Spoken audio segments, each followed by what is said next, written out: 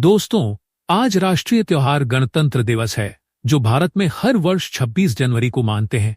राजा कवड़े अपने गांव में था, इसलिए सुबह उठकर उसके गांव के सरकारी स्कूल में जाता है, जहां पर छोटे छोटे बच्चों ने देशभक्ति गीतों पर डांस किया और किसी ने भाषण दिया। और इसे देखने राजा कवड़े देखने जाता है और पूरा कार्यक्रम देखा है। और उसके बाद वह घर चली जाता है और घर पर बैतूल उसके हॉस्टल जाने की तैयारी करता है। फिर थोड़ी देर बाद राजा कवड़े उसकी मां की रास्ता देखता है, जो उसकी दीदी के घर गई थी। आज आने वाली है, इसलिए खाना खाने के बाद उसकी मां का इंतजार करता है। और फिर राजा कवड़े के पास पैसे नहीं रहते, तो राजा कवड़े उसकी नानी के पास के पैसे लेकर जाने लगता है। और फिर राजा कवड़े बस स्टैंड पर पहुंच गया। तभी उसकी मां भी आती है बस से, तो राजा कवड़े वापस घर चले जाता है।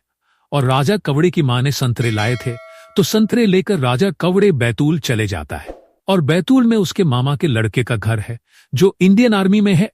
वह अभी छुट्टी पर घर आया, तो राजा कवड़े उनके घर जाता है उनसे मिलने के लिए। तो राजा कवड़े उसके आर्मी वाले भैया रोक लेते हैं और फिर राजा कवड़े को कहते हैं, खाना खाने के बाद चले जाना कहते हैं। और फिर राजा कवड़े ने उनको घर से लाए संतरे और राजा कवड़े ने घर पर बने दही की एक बाटल उनको दिया और एक बाटल दही अपने साथ ले जाता है।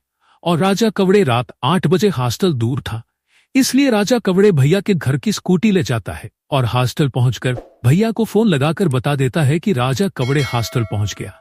तो ये थी दोस्तों राजा कवड़े की आज की कहानी। धन्यवाद दोस्तों।